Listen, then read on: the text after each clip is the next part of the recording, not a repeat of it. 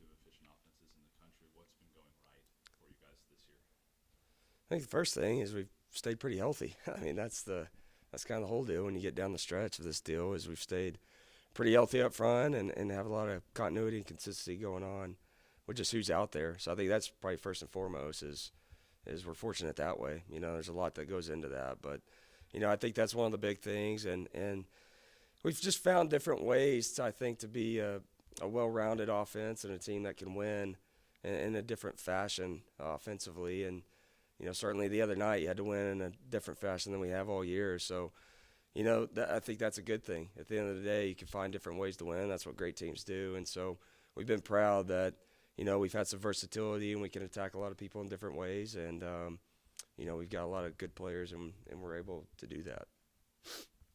When you think about this weekend against Baylor, what do you guys have to do to be successful against the Bears?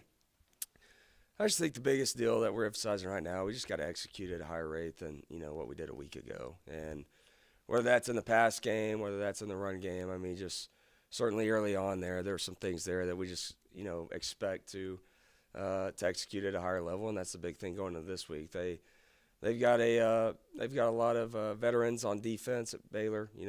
Obviously a team that's coming off a Big 12 championship a year ago, so they've got a lot of veterans on that side. Really big, really good up front. I mean, a lot of big human beings there in the middle, and linebackers had a lot of snaps under the belts too. So we're gonna have our work cut out for us. There's no question about it. But I just think the biggest deal for us is we've got to control what we can. Not worry too much about them. We just got to execute kind of our base stuff at a lot higher rate. Does it get frustrating for an offensive guy to have to win a different way, like last week, where it's best for the team, right, to play a field position, time of possession type game as opposed to tempo? You know what I mean? Listen, it's whatever it takes to win. You know what I mean? And we're just like I said, we're kind of in a position right now that probably a lot of teams aren't in, is where some of that stuff wasn't there. We weren't playing great. We weren't getting in a great flow and rhythm on offense, but we were able to kind of hang our hat on the run game, and obviously went to that, especially in that style of game that was occurring for both teams. And we were able just to kind of lean on the run game, and that was a lot of people can't just straight up do that. And so no, I mean, frustrating, not really. Whatever it takes to win. Now you talk about the run game. Kendra Miller is over 1,100 yards rushing, 13 rushing touchdowns. What have you seen from him, and did you expect this from him coming into this season? Well, I mean, just when you got here, you saw that this guy's very, very ultra talented, and he was productive last year. I mean, the amount of snaps that he got, he took advantage of the snaps he had a year ago, and he just progressively gotten better. I think he's just another year into it. He's getting developed. Coach Jones doing a great job with that room.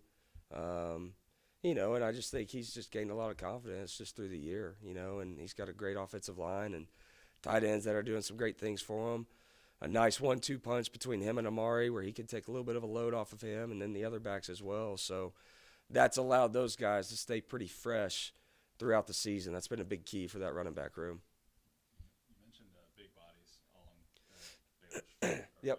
Jackson Player's a guy who actually played for Coach Gillespie last year at Tulsa. Has he given you any insight into his game, and how's that playing into your scheme this week? Not really. I mean, we played against him at our time at SMU and faced him as an opponent. So he's a good player, and he's doing a lot of good things there at Baylor. But yeah, just up front, they've got a lot of big boys. 62's a massive human being and plays really well, and then their ends are causing a lot of havoc too. So we're gonna have a great challenge up front this week. Coach, it seems like in the last game it was required to run the ball, so defense is playing really well. How would you say in the second half the run game really developed, and then towards the end of the fourth quarter, obviously clock management was really important. How do you feel you guys did in that situation? Because it seemed like that was like really the first time where the whole second half of the fourth quarter, the clock management was important. Yeah, it was just kind of that style of game, and just strategically, that's kind of what we went to as coaches. And, our players just did a good job of just kind of keep punching, and we believe that we get stronger as the game goes on, and we've kind of proven that, in a lot of different games this year.